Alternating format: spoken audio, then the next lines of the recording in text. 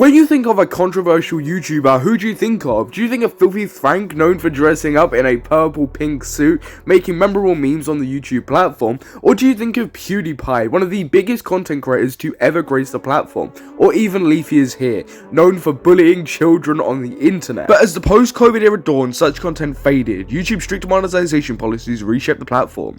Edgy creators had a choice, evolve or fade away. Filthy Frank became the respected musician Joji. PewDiePie's content shifted and now he enjoys a quiet life in Japan. Leafy attempted comebacks but after repeated bans found refuge elsewhere. As many saw the end of the controversial YouTube era, one creator remained defiantly relevant. Enter IDubbbz. Ian Jahoma, better known as IDubbbz or IdubbbzTV, rose to fame through series like Kickstarter Crap, Bad Unboxing, and notably Content Cop. This series, amassing over 300 million views, made IDubbbz a household name for critiquing other creators. While celebrated by many, IDubbbz wasn't without controversy, having ties to both Filthy Frank and PewDiePie, who were a part of the edgier YouTube landscape. But as YouTube evolved, so did IDubbbz, often in ways that favoured him, though not always. In this documentary, we're journeying through IDubbbz's rise, transformations, and low points. Without further ado, I am Samuel, and this is the tragedy of IDubbbz. While much of IDubbbz's personal life remains shrouded in mystery, it's established that he was born on October 1st, 1990 in California. His upbringing occurred in Southern California trailer park alongside his older sister, under the care of a single mother until he reached around 10 years of age. Throughout the first 10 years of his life, his father remained incarcerated, and it wasn't until his adolescent years he would re-enter his life. This pivotal moment marked the family's transition from living in a trailer park to a proper house. Ian reminisces about his relationship with his father, characterizing it as a positive, albeit filled with expectations and pressures. In a March 2023 interview with Anthony Padilla, you can see IDubbbz talking about his childhood. I was raised by a single mother till I was 10-ish. I made a lot of friends with like the weird kids. They were actually not weird. They were guys who were also raised by single mothers. They were a little bit more, I would say that they just weren't assholes. Oh, they had some sense of empathy? His teenage years were spent at Carlsbad High School, and later he successfully graduated from California State University of San Marcos with a bachelor's degree in business management. Around his college years, Ian began to assert his online presence in mid-2010 at the age of 19. He launched his first public YouTube channel, IDubbbz. Although many of his early uploads have since been privatized, glimpses into this period are accessible through the Wayback Machine, showcasing his aspirations of pursuing a career as a video game player. These initial forays into content creation spotlighted Overgrowth, Amnesia, and Minecraft playthroughs. Yet a turning point arrived on August 17, 2012, when Ian commenced with a new channel, IdubbbzTV. This change was reportedly fueled by his frustration over the inability to monetize his content. Initially, he continued producing gaming-focused content on his new channel. However, Ian soon recognized the need for a different approach. To foster a steadily growing audience, he embarked on the path of infusing his content with his own personality, making his videos more engaging and distinct. Interestingly, some of Ian's older gaming uploads transformed into inside jokes within the growing IDubbbz fanbase, with the infamous Slenderman Gangnam Style episode being a notable example. The shift towards personality-driven content materialized in the form of Gaming News Crap, where Ian shared his opinions on upcoming game releases and gaming news. This show, less formal yet creatively fulfilling, serves as a precursor to what would later evolve into Kickstarter Crap. In the debut episode of Kickstarter Crap, Ian formally announced the show's narrowed focus, transitioning from a broader gaming commentary into a more concentrated critique of Kickstarter projects. This evolution marked a decisive moment in shaping the content for which IDubbbz would become renowned. A retrospective examination of the series reveals the elements of IDubbbz's signature style. In the inaugural episode, he's targeted a dubious Kickstarter project titled The Unknown Virus. This inside horror game's questionable pledge rewards and a lack of essential details become the focus of Ian's satirical criticism. The video showcased his witty commentary on the developer's approach, the challenges outlined in the campaign, and the oddly specific back-end goal. This initial episode laid the groundwork for Kickstarter Crap to become a central feature on the IDubbbz's channel, ultimately spanning over 200 episodes. In around 2013 to 2014, Ian's parents nudged him towards conventional employment due to his recent business degree. Nevertheless, Ian garnered a substantial following during the heyday of Kickstarter Crap, allowing him to sustain himself through YouTube earnings. This pursuit aligned with Ian's desire to evade traditional employment. According to Ian, in an interview with Anthony Padilla, Ian stated, "My whole goal, to be honest, was to just make enough to live on. I did not want a normal job." Notably, Ian's journey involved juggling multiple jobs, including a stint at Gap and later at a Lego theme park, to support his pursuit of content creation on YouTube. His engagement in other YouTube ventures led to the creation of Bad Unboxing on August 6, 2014. In this series, Ian explored and reviewed low quality or unconventional items purchased online. Alongside Kickstarter Crap, Bad Unboxing emerged as a defining pillar of IdubbbzTV's channel. Despite the diversification, Ian's early aspirations of YouTube gaming stardom, saw a separate channel, IDubbbz Games, created on April 21st, 2015. This endeavour, however, eventually tapered off as IDubbbz finally embraced his newfound niche. Achieving the milestone of 100,000 subscribers in May 2015, Ian's path to success was marked by persistent experimentation and change. His journey stands in stark contrast to the rapid rise of many contemporary YouTubers. Recall the mention of collaborations earlier? Allow me to delve briefly into the friends that progressed IDubbbz's story, shedding light on why this chapter bears such significance. Starting with George Miller, now recognised professionally as Joji, an internet sensation before attaining chart-topping musical acclaim, and Max Mofo, or Max Stanley, an Australian content creator celebrated for challenge videos and co-hosting the Cold Ones podcast. The other co-host of Cold Ones podcast being Anything for Views, aka Chad Roberts, a fellow Australian recognised for his role in hosting the baited podcast with Keemstar and Colossus Crazy, and then later Cold Ones. And then lastly, How to Basic, an Australian creator renowned for satirical tutorial videos, distinguished by their absurdity and chaotic egg-throwing antics. Ian here, of course, shines in Filthy Frank's notorious Cake Trilogy. For the unfamiliar, the Cake Trilogy encompasses a series of now deleted videos released on the Filthy Frank channel between July 2015 and August 2016. Each installment showcases Filthy Frank and a special guest cooking cakes in bizarre and repulsive manners, including the incorporation of bodily fluids and hair as ingredients. IDubbbz would feature in several more Filthy Frank videos, but IDubbbz's presence in the Filthy Frank saga spanned a relatively brief period. It signified the inception of a series of prolific collaborations, yet this chapter merely marked the beginning of Ian's ventures. His subsequent collaborations with George, Chad and Max in the mid-2010s would eventually be eclipsed, his most defining creation, a series that would reshape the IDubbbz identity. Thus far, we've delved into the story of Ian and his immersion into the world of Filthy Frank and others. But what lay ahead was the content cop. From 2015 to 2016, YouTube experienced what many term its golden era. The platform was marked by limited restrictions and minimal concerns about demonetization and media attention. Video uploads happened freely, leading to diverse content ranging from Filthy Frank's edgy humour to blatant sensationalism. Concurrently, drama and commentary channels gained traction, with icons like Keemstar and Leafy at the helm. The YouTube community was engrossed with discussions about creators' actions, which had widespread implications. Within this environment, Content Cop was born. The series began with a straightforward yet unique concept. Ian as Content Cop wore a police uniform, critiquing and poking fun at other content creators and genres for subpar content or dubious actions. Each episode started with a familiar intro skit, underscored by Otis McDonald's Otis McMusic. The first episode of this series highlighted Jinx Reload, who was central to the reaction trend at that time. In this video, a lot of the tropes that you can find in Content Cop start here. Your goal was to outdo everything the other reaction channels were doing? So you looked at the Fine Bros reaction channel and you said, yeah, I could do better than that.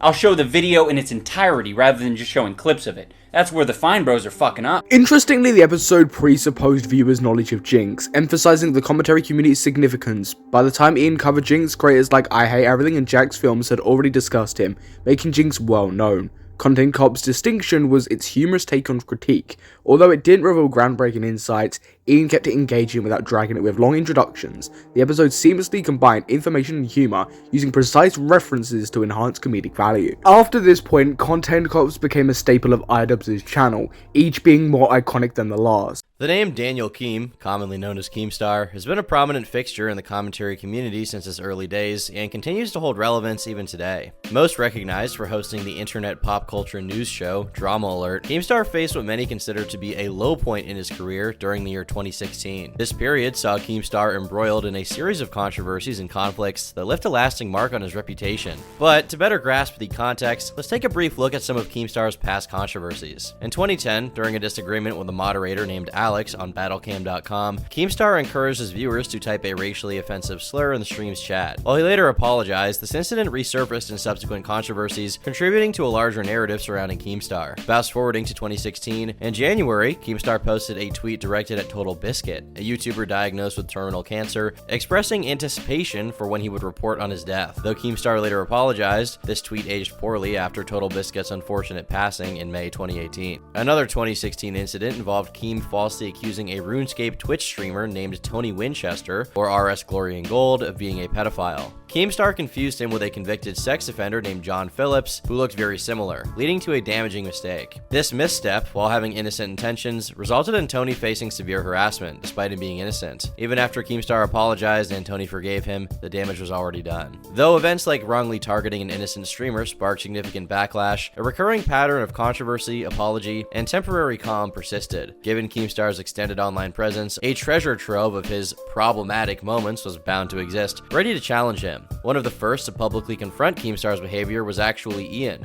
who released Content Cop Keemstar on May 5th, 2016. Around 3 months after his previous episode, the Keemstar Content Cop marked a substantial turning point for the IdubbbzTV channel. This video was actually the longest Ian had created at that time, with the goal of systematically critiquing and deconstructing DramaAlert and Keemstar as a personality. The video featured live-action skits, including Ian wandering through an empty sewer drain and destroying a painted gnome. Here are the key points from the video.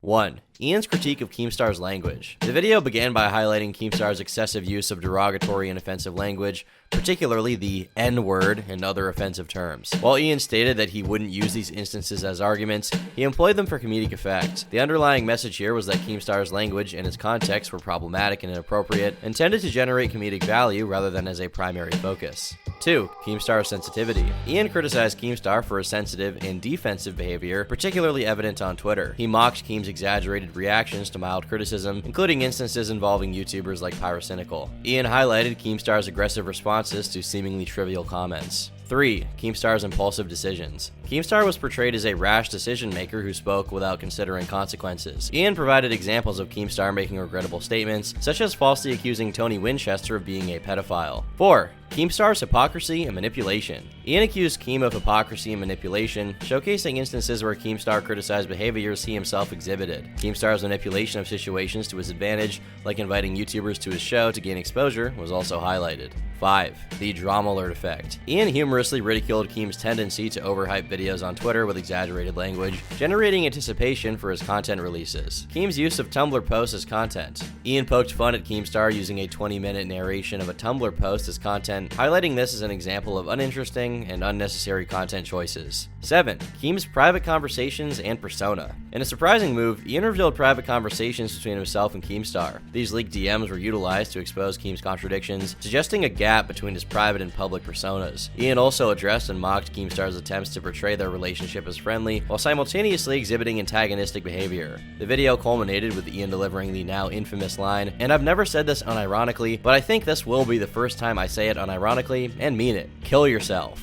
8. The musical parody. The video concluded with a playful montage of Ian and friends dancing and enjoying popcorn in a desert landscape. They shot a gnome painted with Keemstar's likeness using a shotgun, accompanied by a musical parody of Smash Mouth's hit song All Star. The modified lyrics mocked Keemstar's actions and behavior. The impact from this video was swift and considerable. It resonated with a large portion of the YouTube community, amplifying existing concerns about Keem's conduct during a challenging phase for him. The episode firmly established Content Cop as a series capable of taking down prominent YouTubers. Unlike previous subjects such as Jinx or the Fine Bros, Keem's case had a more substantial impact and was less divisive. This Content Cop episode sparked a substantial collective response, propelling Ian to greater prominence against the odds. It marked a turning point in his career, significantly contributing to his large and devoted fanbase. In the months following the episode's release, Ian's subscriber count surged by almost 500,000. Concurrently, Keemstar's reputation and standing in the community significantly deteriorated.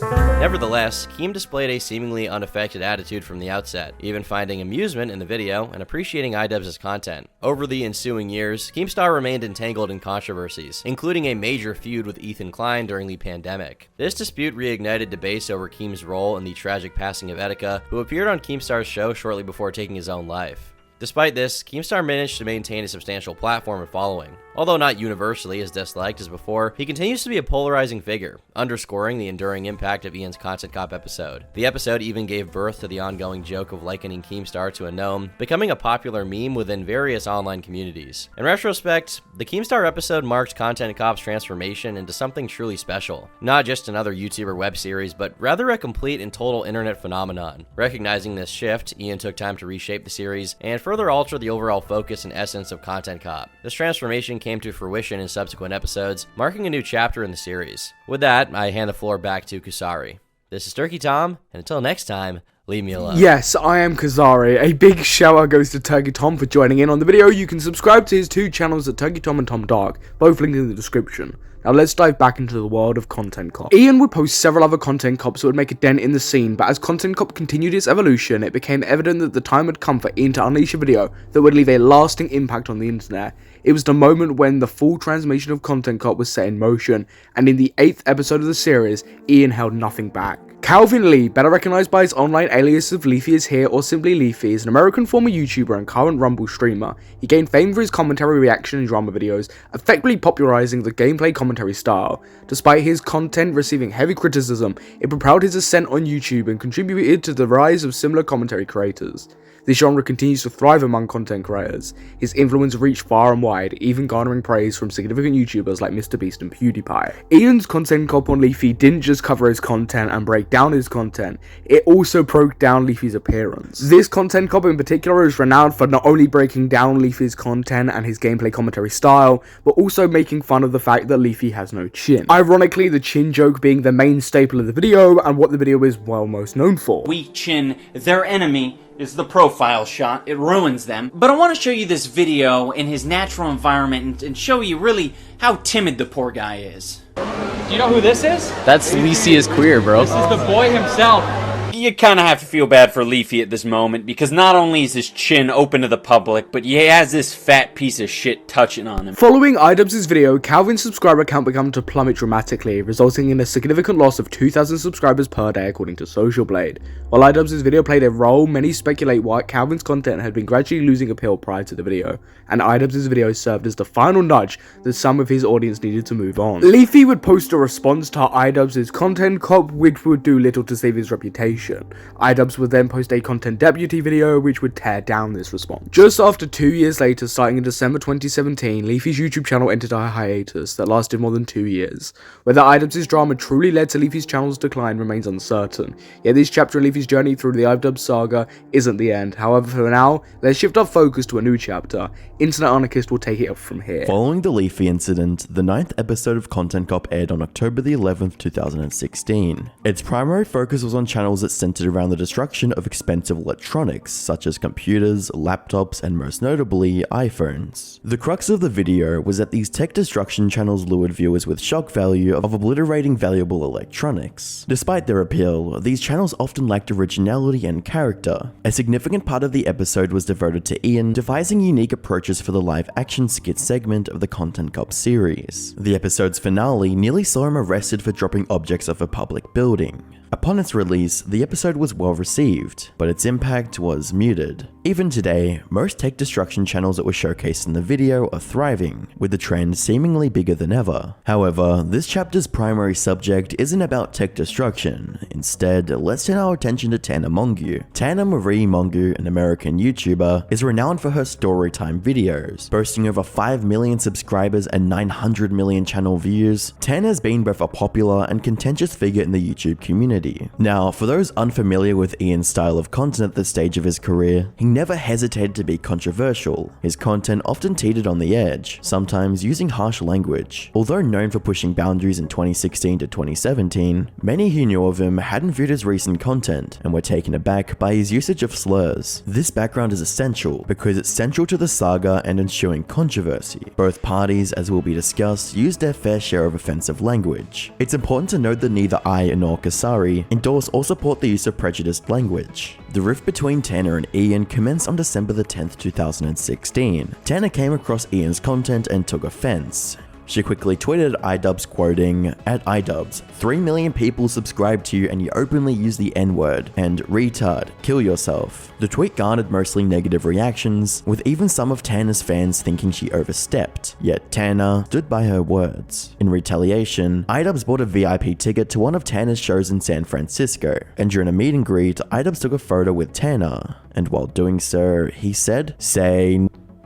Anyway, This shocked attendees, leading to Tana leaving abruptly and IDubbbz's removal from the venue. Ian responded to this on the 6th of February 2017 with his 10th Content Cop episode on Tana Mongeau. He emphasized the concept of equality. Earlier in the video, Ian asserted that Tana's storytime videos were often exaggerated. While investigating Tana's past after a tweet, Ian found clips of her using the N-word derogatorily. Ian's use he claimed was comedic, while hers was genuinely disparaging. Nevertheless, most of these clips were old, and Tana later admitted to her wrongdoing, which led to the meet and greet prank by Ian. Ian later elaborated that Tana didn't value context when using slurs, a stance he disagreed with. He felt that disregarding context made one more of a hypocrite. He also believed that if one slur was considered taboo, then all should be, suggesting an all or none mentality. Reflecting on this feud, it's clear that the 2017 controversy hasn't aged well, especially given how online opinions and standards have evolved. Nonetheless, Tana's perceived inconsistencies continued to surface. In a YouNow livestream, it seemed she was upset by hateful comments, but later mirrored this behavior towards Ian, exemplifying her seeming hypocrisy. Before the Content Cop aired on January the 24th, 2017, Tana uploaded a video titled The N-Word, which would garner over 7 million views. She detailed her encounter with IDubbbz. However, many of her claims were refuted by Ian's own footage. For instance, Tana said Ian gave a thumbs up during the photo. He merely held her arm. She mentioned Ian spent $200 on a plane ticket to her show.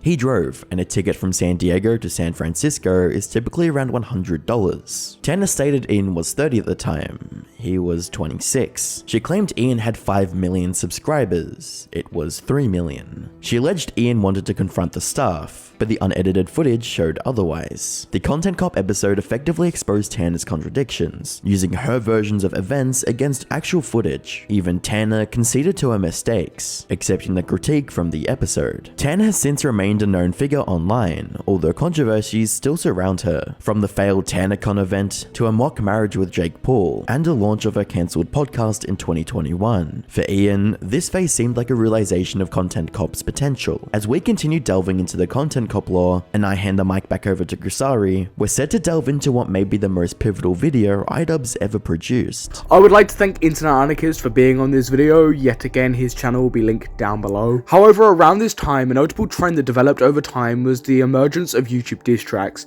Reminiscent of rap battles, they primarily unfolded online, especially in the late 2010s. RiceGum, whose real name Brian Lee, can be credited as an early creator of the YouTube diss tracks. RiceGum was a content creator that did several things, ranging from music, commentary content, and being a controversial content creator. The vast majority of people, though, watching today's video would have recognized RiceGum for his flexing antics on YouTube. This, not unexpectedly, picked up the attention of the commentary community, and more importantly, IDubbbz.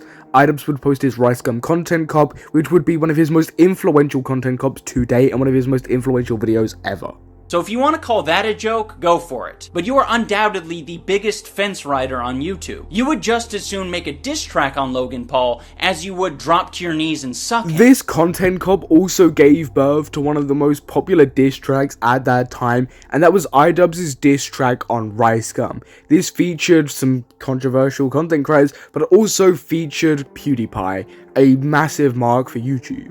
Admit that you just got pounded. I'd say take the L if you could pronounce it. Get it? Because You see what I mean? Unlike past Content Cops, it did have an effect on RiceGum, however, it didn't really change his reputation because he was always known as a bit like the Leafy and IDubbbz Content Cop situation. RiceGum would also respond to IDubbbz's Content Cop, and IDubbbz would also respond to his response. The usual. However, this would be one of IDubbbz's last big Content Cop style videos for a while. In 2019, IDubbbz appeared to take a more relaxed approach to his content. He focused on producing videos and passion projects that he was genuinely passionate about, rather than adhering to familiar formula. While he continued producing episodes of series like Bad Unboxing and IDubbbz Complains, there was a distinct absence of Content Cop. Many speculated about the future of Content Cop. It became clear in hindsight that the series had ended with the RiceGum episode. IDubbbz's primary interest shifted towards documentary filmmaking, releasing his first documentary on July 31st, 2019. Although IDubbbz had consistently stood out among YouTube creators due to his distinct comedic voice, Full Force held a unique position in his portfolio. This documentary delved deeply into the life of fellow YouTuber Airsoft Fatty, whose real name is Chris LaFon. I've definitely butchered that. Known for his lightsaber duels, food challenges, and candid daily vlogs, the documentary provided an earnest and sympathetic insight into Chris's life. Full Force candidly addressed the challenges Chris faced both personally and online, including obesity, health issues, troubled relationships, and internet criticism, yet it did so with a thoughtful touch. The documentary highlighted the intricacies of a life of a social media personality, particularly for those who don't fit the typical YouTuber mold. 2019 and 2020 were pivotal years for IDubbbz, marked by both the shift in his content style and eschewing controversies. 2019 proved prosperous, with Full Force achieving significant success and IDubbbz consistently entertaining his audience through comedic skits, unboxings, and other varied content. However, 2020 presented a range of challenges. In March of 2020, IDubbbz's girlfriend Anissa, who had worked on IDubbbz videos behind the scenes, joined OnlyFans, leading to significant backlash against IDubbbz, especially considering his prior criticisms of similar online personalities. On March 28, 2020, IDubbbz responded to the controversy, emphasizing the consistency in his views and defending his and Anissa's personal decisions. But never was that part of my argument. It's just flavor. It's just flavor. Like, in the future, I'll probably say slut and skank again. I don't know why everyone thinks that, like, I made a stand. I stood on top of a hill, and I proclaimed to all my loyal Christian followers, no porn shall ever cross my screen. No woman that I date shall ever lower her standards to the point of being half naked. This controversy significantly impacted IDubbbz's reputation, going off of IDubbbz's content cops, and now this. A lot of people lost respect for IDubbbz, but at the same time, a lot of people felt like this situation was blown out of proportion. However, IDubbbz didn't let this deter his passion for content creation. IDubbbz would post a range of videos in 2020, with all of them being successful. Looking back, 2019 and 2020 were defining years for IDubbbz, marked by both professional growth and personal challenges, from the success of Full Force to the OnlyFans controversy. These years underscored a creator's evolution in a rapidly changing digital environment. Despite the changes, IDubbbz remained a significant figure online. As for what comes next, I'll hand it over to my friend Toastify. Toastify, your turn. The OnlyFans controversy involving IDubbbz and his girlfriend Anissa was a notable setback for a creator once held in high regard, but it wasn't an immediate blow to his credibility. He still had his successful documentary series, which included videos like Full Force, so the question arose, who would be his next big subject? Enter Sam Hyde, a notorious comedian who has left a significant impact on internet culture through his satirical and subversive methods of comedy. He gained massive amounts of online attention in October 2013 with a TED Talk parody titled 2070 Paradigm Shift, which mocked TED Talks using nonsensical buzzwords. Sam's meta-irony and absurdist humor played a role in shaping internet meme culture. He's also well known for being frequently misreported as the perpetrator for several different mass shootings and terrorist attacks, largely thanks to his fan base of trolls on Twitter. His viral success led to an Adult Swim show called World Peace in 2015, premiering to over 1 million viewers. However, his controversial jokes, presence on platforms like 4chan, and support for controversial figures, specifically on the alt-right, sparked criticism. World Peace, despite having amazing ratings and tons of positive reviews, was cut short after only 6 episodes, largely in part due to a BuzzFeed article written by Joseph Bernstein, alleging that the show had coded racist messages. This, combined with internal disputes at Adult Swim, led to the show's cancellation. Sam believed his vocal support for Donald Trump contributed to the decision, and as a result, his viewer base dwindled from millions of active fans to a niche audience on 4chan. He faced further backlash for supporting the controversial neo-Nazi blogger Andrew Anglin. Sam, who had previously inspired IDubbbz on his earlier content, became the subject of an intriguing documentary opportunity for him. In 2021, Sam pestered IDubbbz about joining a boxing card to fight against popular music critic Anthony Fantano, but the plan evolved into Ian filming a documentary. And as such, Sam and his crew began planning an elaborate prank on IDubbbz to create an exaggerated and fictionalized world for him to document, aiming to make him feel awkward in a way that would be funny to the audience. So, when it came time to filming, IDubbbz documented Sam's quote-unquote life, including sparring, go-karting, and interviews. Sam's crew anticipated the documentary's release, but faced a 9-month wait without communication from IDubbbz. Fearing the project was abandoned, Sam released his own video compilation documenting his side of what happened. The unexpected upload ended up garnering over 3.2 million views. An intriguing part was the tense interview, where Sam's mental dominance over IDubbbz is pretty evident. IDubbbz's questions regarding a past copyright strike revealed that he had previous tensions with Sam before the production of the video. The upload raised questions about IDubbbz's motives and his intentions, especially in regards to twisting his narrative to damage Sam's reputation. Sam's video prompted IDubbbz to release his director's cut, titled Getting Away With It. The improved edit included camera footage from both parties. The conclusion felt somewhat bitter, with IDubbbz expressing dissatisfaction with Sam's behaviour. Viewers of both videos were still divided on the original intention of the documentary. It's important to note that despite how one might feel about Sam as a person or his political views, Sam's prank on IDubbbz had no serious or malicious intent, as he clarified this himself and even expressed public support for IDubbbz. However, this didn't stop the tension between them from growing. While some saw the documentary as a prank-distorted hit piece, others believed IDubbbz was aiming for a more neutral perspective. The documentary's impact was diverse. It propelled Sam Hyde into the limelight and introduced him to the internet at large. The more disillusioned side of IDubbbz's fanbase noticed his work and started to follow him closer. However, Ian's feelings towards Sam were less favourable, leading to heightened tension between them that Kasari will go over later. I've been Toastify, and thank you for watching. Toastify deserves thanks for assisting with this video. Check out his channel at Toastify on YouTube. As tensions escalated between Sam Hyde and IDubbbz, many diverted their attentions to one of Ian's earlier confrontations. Just before the release of Getting Away With It, IDubbbz dropped a video, "You're Hiding From Me." In this video, IDubbbz unexpectedly targeted RiceGum for the third time. Uploaded in late October 2021, Ian disclosed how he had been navigating problems caused by Brian Lee, better known as RiceGum. RiceGum was the focus of the final content episode back in 2018. After the content episode aired, RiceGum tried reaching out to IDubbbz, challenging him to a boxing match. Ian, not tracking RiceGum's activities at the time, ignored the challenge. Come 2021, RiceGum attempted to contact Anissa, Ian's then recent wife, claiming Ian was irrelevant. He even then showcased their Twitter exchange of discussions with Anissa. Evaluating the situation, Ian accepted Brian's boxing challenge. He responded to RiceGum on Twitter, clarifying his intent and commitment to a top-tier event. When RiceGum suggested Keemstar as the event's organizer, Ian opted to oversee and manage it himself. Over the next 4 months, Ian tirelessly traveled to locations like Las Vegas and Los Angeles, conducted Zoom meetings, collaborated with boxing managers, promoters, and scouted venues. He even underwent LASIK eye surgery in preparation. After extensive searching, Ian and a boxing promoter finalized the details. However, when they approached RiceGum, he dodged their communications and eventually backed out with various excuses. Ian would then upload a video which was primarily an effort to coax RiceGum back to the event. Ian highlighted the event's benefits, including potential earnings, the charity aspect, and the nostalgic value of their match. Sadly, despite all his investments, RiceGum remained uninterested. However, a new opponent was in sight, Dr. Mike. Choosing Dr. Mike was meaningful. With a decade of boxing experience, Dr. Mike ensured a match of skill. Contrasting the speculated IDubbbz vs RiceGum bout, this event underscored the growing trend of influencer boxing, blending competition with entertainment and charity. Scheduled for May 14th in Florida, the event was titled Creator Clash.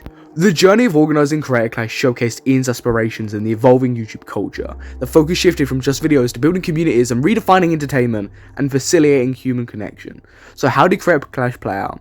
I'll hand it over to Just Quilted and Zino Sins to take it from here. The inaugural Creator Clash in Tampa Bay, Florida featured 18 influencers. Hosted at the University of South Florida, all proceeds were directed to the American Heart Association and Alzheimer's Foundation of America. Online tickets were available on the event's website. Under IDubbbz leadership, all participants had trained with boxing professionals for 6 to 8 months. Representing various platforms, the event presented an unparalleled fight card in influencer boxing. Alongside 2 professional matches, Creator Clash hosted 9 influencer bouts. The results were Dad vs Matt Watson. Dad defeated Matt Watson by TKO. The night's first match ended swiftly. Dad immediately launched into aggressive strikes, catching the enigmatic YouTuber Matt Watson off guard with a rapid barrage aimed at Watson's head. Alex Ernst vs Ryan McGee. Alex Ernst defeated Ryan McGee by unanimous decision. In a spirited exchange, McGee and Ernst matched blow for blow throughout their 5-round contest. The initial 3 rounds saw both fighters equally matched. However, Ernst gained an edge in the 4th round. While signs of fatigue appeared on both, Ernst successfully knocked McGee down several times. I Did a Thing versus the Odd Ones Out.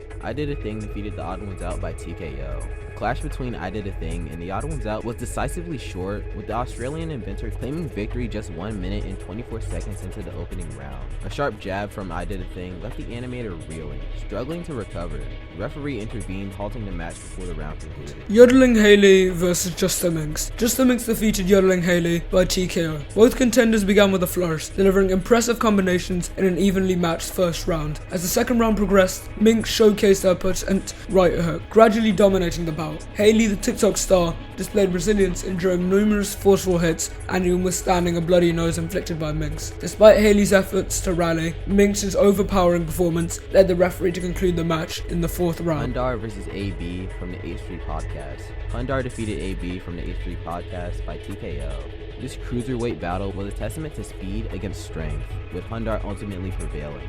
Hundar established his dominance early on, rarely getting a hit as AB saw opportunities to close in.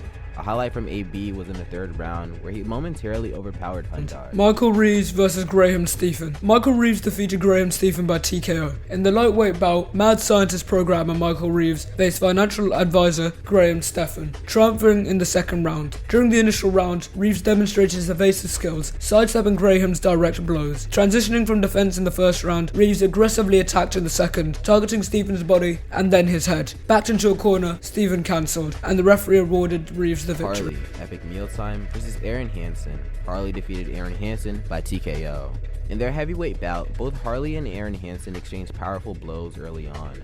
By the second round, Harley used his reach advantage to keep Hansen at bay, readying him for a series of headshots and uppercuts. As the round neared its end, Harley's relentless strikes against the ropes led the referee to stop the fight, declaring Harley the victor. IDubbbz vs Dr. Mike. Dr. Mike defeated IDubbbz by unanimous decision. The night's main event spanned the full 5 rounds, culminating in Dr. Mike's victory. The two evenly matched up in the first round until Dr. Mike unleashed a powerful right hook that threw IDubbbz off balance. While IDubbbz showcased his evasive skills, Dr. Mike dictated the match's tempo. IDubbbz frequently sought to clinch, hoping for a respite from Dr. Mike's relentless assault. However, Dr. Mike's dominance persisted, and IDubbbz barely managed the final punch before the closing bell. Thanks to Quilted and Zyno for the contribution. Anyways, back to the video. Creator Clash was not only a live success, but also achieved over 100,000 pay-per-view purchases. On May 23rd, 2022, Ian released a video titled, How I Feel About My Loss, an announcement. In this, Ian recounted his bout against Dr. Mike, addressed controversies, and hinted at a possible Creator Clash 2. On January 24th, 2023, Creator Clash 2 was announced, revealing the complete list of fighters and matchups. The event took place on April 15th, 2023 at the ammount Arena in Tampa, Florida, featuring 12 matches between prominent content creators. Ian released a trailer for the event on his YouTube channel, which was also shared in an announcement tweet. The undercard showcased a mix of new and returning fighters. Highlighted matches included Starkiller from the H3 podcast versus Dad, who had notably defeated Matt Watson in under 30 seconds the previous year. Other fights included Alana Pierce against Rip Micah, Froggy Fresh versus Chris Raygun, and Aaron Hansen against Jarvis Johnson. The main event featured a bout between IDubbbz and Alex Wasabi. Originally, Wasabi was scheduled to fight KSI the previous year, but the match was cancelled after Wasabi reportedly suffered an injury during training. Following the announcement of the new match, KSI tweeted his prediction, IDubbbz will beat Wasabi. From the get-go, Creator Clash 2 generated significant buzz on Twitter. Fighters eagerly shared promotional materials, exchanged playful jabs with opponents, and forecasted match outcome. Anissa, IDubbbz's wife and the event's co-creator, shared the rationale behind the pairings in a series of tweets. She explained the matches were made considering not only the fighters' physical compatibility, but also their personalities and potential in ring dynamic. Mirroring the success of the first Creator Clash, which had sold over 100,000 pay-per-view tickets, Creator Clash 2 was also a charitable event. 9 charity partners were listed on the event's website, including the American Kidney Fund and the National Alliance on Mental Illness. Although IDubbbz's content and image had evolved since the height of his content cop days, some viewed this as growth while others perceived it as departure from his original essence. However, saying this, events don't always proceed without hitches. Despite the best management, conflicts can arise. This was the case with Creator Clash 2, particularly with Ian and Anissa at the helm. Froggy Fresh, a well-known YouTuber, was preparing to face commentator YouTuber Chris Raygun, but in a twist, Creator Clash 2 announced Froggy Fresh's removal from the lineup on March 25th, only 3 weeks before the main event. This decision sparked widespread backlash online, with many rallying against IDubbbz and Creator Clash 2, demanding Froggy Fresh's reinstatement. A critical point of contention was why so many of Ian's fans who once viewed him as a YouTube legend began opposing him. Many traced this shift back to 2019 when he started focusing on in-depth documentary style content. Controversy surrounding his then girlfriend Anissa's OnlyFans account and his reactions added fuel to this fire. These events led to a split in his fan base, with some believing he had lost his touch and others praising his evolution. A noticeable decline in his video views underscored this division. Many felt that the incident with Froggy Fresh was an extension of these issues. The official reason of Froggy's removal hinted at disapproval of his recent behaviour. This vague explanation fueled speculation, especially when juxtaposed against a recent jest he made about subscribing to Anissa's OnlyFans if he lost his fight. On top of this, further complicating matters was Froggy Fresh's connection to Sam Hyde, a controversial figure who had previously clashed with IDubbbz. Many believe that his association combined with the OnlyFans comment led to Froggy's removal. Reasoning for this was that after the release of Getting Away With It, Sam would go on to make numerous suggestive and offensive remarks about Anissa, calling her things like a succubus and a slut. Amidst the confusion, many online personalities including Keemstar and Moist Critical rallied behind Froggy Fresh. Hashtag such as Free Froggy Fresh trended on Twitter. Discussions held on various platforms aimed to uncover the reasons behind the controversy, which put input coming directly from Froggy Fresh. At this point, accusations arose that Anissa received preferential treatment. Additionally, Gideon placed a 100k bounty for Froggy Fresh's reinstatement to a charity, attempting to corner Creator Clash 2 to showcase their commitment to the charitable aspect of the event. Harley from Epic Mealtime found himself in a unique position defending Creator Clash 2 despite his connection to Sam Hyde. He argued about Creator Clash 2's right to remove fighters like Froggy Fresh. However, this stance ignited further debates among the online community. Besides Froggy Fresh's removal, another prevailing critique was about the genuineness of the event's charitable intentions. Critics argued that the drama surrounding the event could overshadow its charitable goals. In response, Creator Clash 2 and IDubbbz donated a total of 100 grand to charities, a move that many felt was both generous and strategic. However, ambiguities persisted. The event's official response to the controversy was perceived by some as overly corporate and evasive. The specific reasons for Froggy's removal remained unclear, and the online community continued to debate the incident's various facets. Ian eventually broke his silence on the Froggy Fresh conflict after Creator Clash 2 had concluded. Whether or not the event was a success or who emerged victorious may not interest you at this point, but for the sake of record keeping, here are the quick results. Jag Manifold bested Dakota Olave with a unanimous decision from the judges. Jello Ray triumphed over Abelina Sabrina, also by unanimous decision. Dad knocked out AB Starkiller in the first round. William Haynes secured a second round TKO against Chris Raygun. Elena Pierce narrowly defeated Mika Midget by split decision. Myth took down Hundor in the first round with a TKO. Haley Shaw won against Ray, another unanimous decision. Arena Hansen redeemed himself with a TKO against Jarvis Johnson. Michelle Carrere beat Andrea Botez yet again by unanimous decision. Ethan Crank Gameplays bested Leon Hart with a TKO. John Hennigan took down Harley Morenstein also with a TKO. Alex Wasabi also won against IDubbbz through a majority decision from the judges.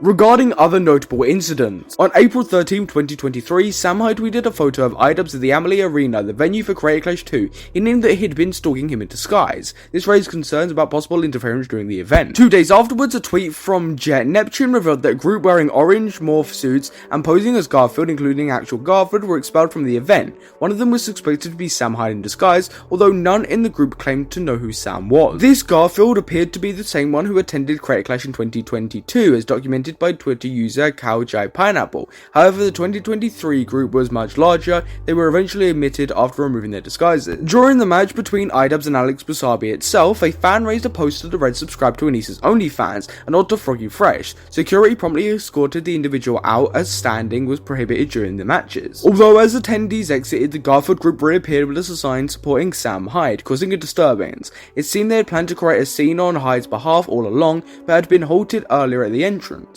Anyways, back to Kazuri to cover Ian's statement. With no new episodes of Content Cop, a lack of documentaries, and a fan base growing increasingly restless and critical, Ian made a move that plunged him right back into controversy. After already stirring the pot with the Froggy Fresh and Sam Hyde situation, Ian took a different route.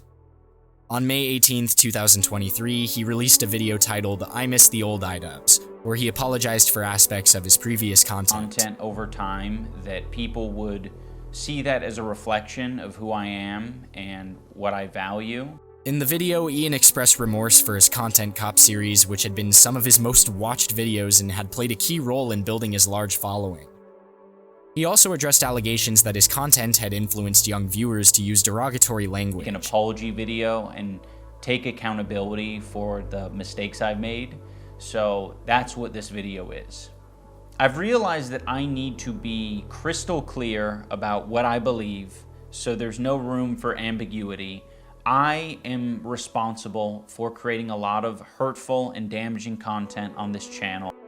His change of heart was influenced in part by a moment at a convention when a transgender fan implied that he might be transphobic before asking for a picture. Ian announced his plans to unlist all of the Content Cop videos on his channel to minimize further harm done to these marginalized communities. And acting as if I am any better than any of these people that I was making Content Cop videos on, and I'm not.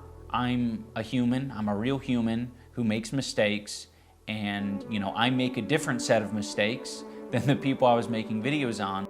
He also pledged to donate the apology video's proceeds to the National Alliance on Mental Health, as well as the Trans Women of Color Collective. Addressing criticisms that he was creating moral ambiguity by disavowing his own content, Ian argued that one could still enjoy the past videos while recognizing the need for their removal. To entertain, and I think if I had to rely on my personality to entertain people, that I wouldn't have any amount of success, and that is really hard to come to terms with. The online community had mixed reactions once again. While some praised Ian for his self-awareness, others accused him of apologizing for unproblematic content. I think it would have been much more impactful and a lot more beneficial for IDubbbz as well as everybody else if he kept the videos up while instead redirecting their ad revenue to charity. I feel like that would have been a much better idea. About a week after Ian's video, Tana shared her thoughts on her canceled podcast. She felt she wasn't owed an apology, but she appreciated the dose of reality she got from the whole experience. However, the storm was far from over for Ian. Despite the wide-ranging reactions to his apology, things were about to get even more complicated. Navigating the complex web of IDubbbz's rise and perceived decline requires diving deep into the murky waters of internet fame and the responsibilities that come with it. Starting with the infamous Content Cop series, IDubbbz built an empire of an unapologetic critique. Supporters argued that he leveled the playing field, revealing the hypocrisy of big YouTubers like Tana, Mongeau, RiceGum, and they saw him as a necessary force, calling him out unethical behaviours and holding creators accountable. A hero of sorts for a platform sometimes seen as the Wild West. However, the inherent danger in becoming the self-appointed moral compass of the YouTube community is the height from which you can fall. Critics argue that his hard-hitting critique, while effective, ventured into the realm of pettiness, and his dealings with the Sam Hyde feud only amplified that sentiment. Furthermore, the controversy surrounding Anissa's OnlyFans venture provided ample ammunition for detractors. They claimed it showed a side of Ian that contradicted his earlier stances, marking it as hypocrisy. The one can argue in defense that a person's views can evolve over time, and supporting a loved one's choice, even if it might seem contradictory, is a personal matter, distinct from public content critique. Addressing past content is a tricky situation for any YouTuber, especially those with a tenure as long as IDubbbz. When he chose to apologise for previously questionable content, he faced a divided audience. Some lauded his maturity in recognising and addressing past mistakes, while others saw it as bending to the knee of social pressures. Here, the crux of the argument lies in whether one believes in the growth and evolution of a creator. Is every past misstep a noose that should hang around one's head, or can there be a genuine remorse and change? Credit Clash 2, though not directly a content issue, showcased the challenges YouTubers face when venturing outside their digital domain. Critics were quick to jump on its failure, saying poor planning. On the other hand, it appreciated its ambitious efforts and felt the backlash was disproportionate. The initiative's charitable aspect made the fall harder, but should one misjudgment overshadow years of content creation? The Froggy Fresh controversies further muddied the waters. While it's easy to claim that Ian's confrontational style is the root cause, one can't ignore the systematic challenges of the platform. YouTube's drama, often inflated for views, can distort genuine disputes, turning them into spectacles rather than meaningful conversations. In the end, to say IDubbbz deserved his downfall might be an oversimplification. He operated in a grey area, challenging norms and shaking the status quo. While this brought about inevitable pushback, it also carved out space for deeper discussions about content creations and ethics. It's essential to appreciate the multifaceted nature of his journey, acknowledge the flaws but also recognise the impact. The balancing act of internet fame is perilous, and Ian Jahoma's trajectory serves as a poignant testament to its highs and lows. Or maybe I'm just fucking stupid.